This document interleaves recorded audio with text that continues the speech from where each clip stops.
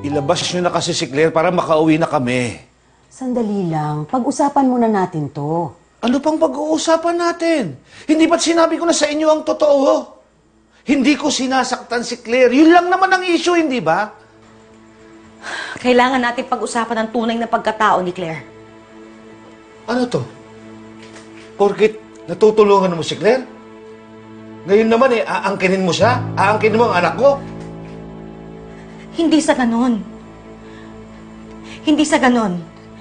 Pero paano kung siya nga si Ana? Paano kung siya ngayon nawawala akong anak? Hindi ganun kadali yun. Hindi mo basta na lang aangkinin ang hindi sa'yo. Hindi ko aangkinin si Claire. Hindi ko siya aagawin sa'yo.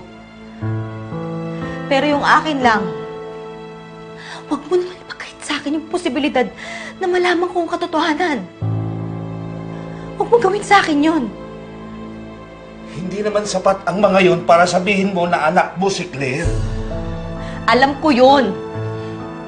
Pero namang ibang paraan para malaman, di ba? Pwede naman natin siya pa-DNA test. Evelyn, biglaan naman yata to. Di mo lang alam yung bata sa pinag-uusapan dito. Iniisip ko rin naman yung mararamdaman ng bata. Kaya nga isasuggest ko sana sa inyong dalawa na baka po pwede ilihim muna natin yung pagpapa-DNA test natin kay Claire. Kalokohan! Nakikiusap ako sa'yo.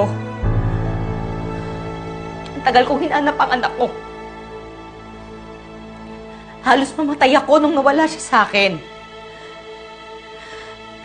Please, huwag mong ipagkait sa akin ang pagkakataon na malaman ko ang katotohanan.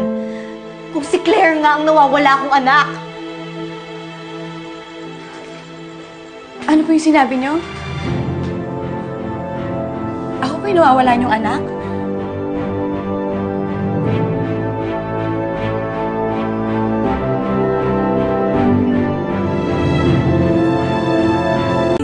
O, Dad, ba't hindi kayo makasagot?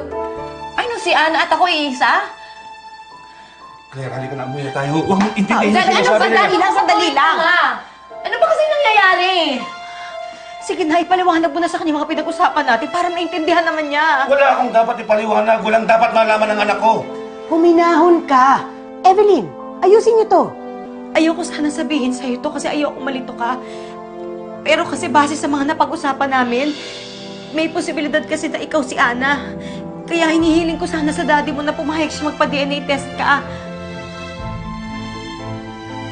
Hindi na kailangan. Akong kinilala niyang ama.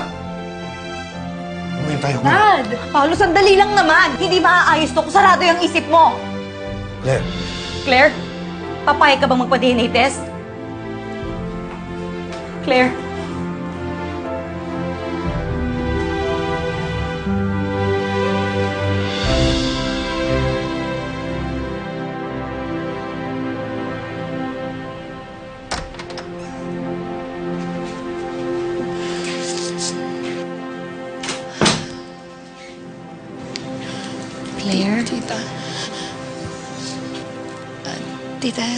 Tita, sorry po ah.